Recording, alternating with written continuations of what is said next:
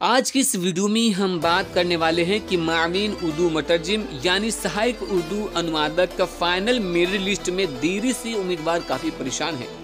बहुत सारे उम्मीदवार हैं जो शराइत पूरी करने के बाद भी उनका मेरिट लिस्ट नहीं जारी किया गया है, रुका गया है।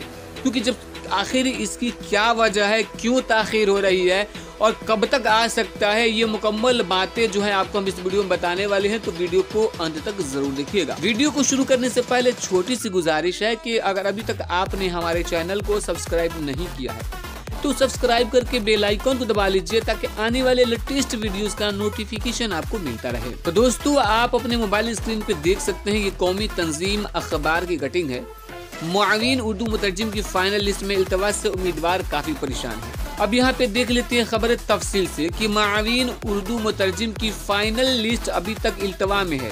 यही नहीं, जिन उम्मीदवारों ने दस्तावेजी शराइत पूरी की हैं उनकी मेरिट लिस्ट भी लटका कर रखी गई है, जो सरासर गलत है। नफीस अंजुम और नदीम अख्तर ने तहरीरी बयान करते हुए प्रेस बयान जारी किया है। उन्होंने कहा है कि उम्मीदवारों ने बिहार के मिली अदारों और उर्दू हलकों और मुस्लिम लीडरान से अपील है कि वो जल्द अज जल्द वजीर आला और नायब वजीर आला तक उनका दर्द पहुँचाएँ और कम अज कम वो उम्मीदवार जो काउंसलिंग में दस्तावेजी शराइत पूरी कर चुके हैं और जिनके साथ NCL का मसला नहीं है, उनकी फाइनल लिस्ट जारी करके उर्दू डायरेक्टोरेट को भेज दिया जाए। ये तादाद तकरीबन 800 के करीब हो सकती है। इतनी बड़ी तादाद को उनके हक से रोके रखना मुनासिब नहीं है। वजीर आला और नायब वजीर आला और वजीर अक़लियती उमूर ज़ाती मदाखलत करके उर्दू के अहल उम्मीदवार के साथ इंसाफ को यकीनी बनाए।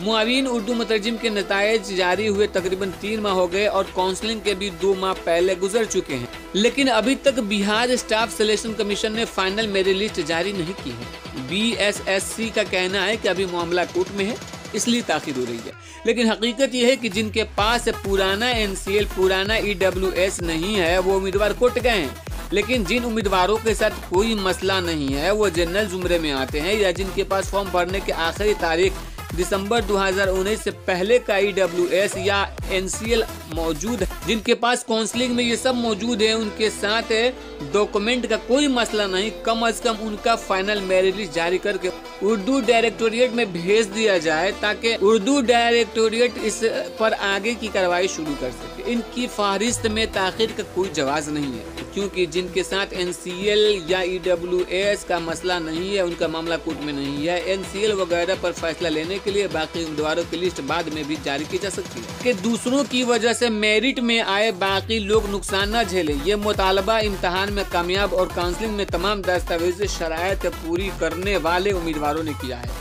उन्होंने वजीर आला नीतीश कुमार और नायब वजीर आला तेजस्वी यादव से अपील की है कि इस मामले में मुदाखलत करके जल्द से जल्द मेरिट लिस्ट जारी कर तकरीरी को यकीनी बनाएं। अजीम इत्तेहाद हुकूमत का अज़्म है कि बड़े पैमाने पर तकरीरें करेंगे। इस सिलसिले में वजीर आला और नायब वजीर आला पूरी तरह से कोशा हैं, तो उन्हें जल्द अज जल्द मावीन मुतरजिम की जो तकरीरों को यकीन बनाने की कोशिश करनी चाहिए, ताकि नौजवानों से उनसे काफी उम्मीदें हैं। तो दोस्तों, आपको क्या लगता है कि जिन उम्मीदवारों ने कागजी शराइत को पूरी किया है उनका मेरिट लिस्ट पहले जारी होना चाहिए?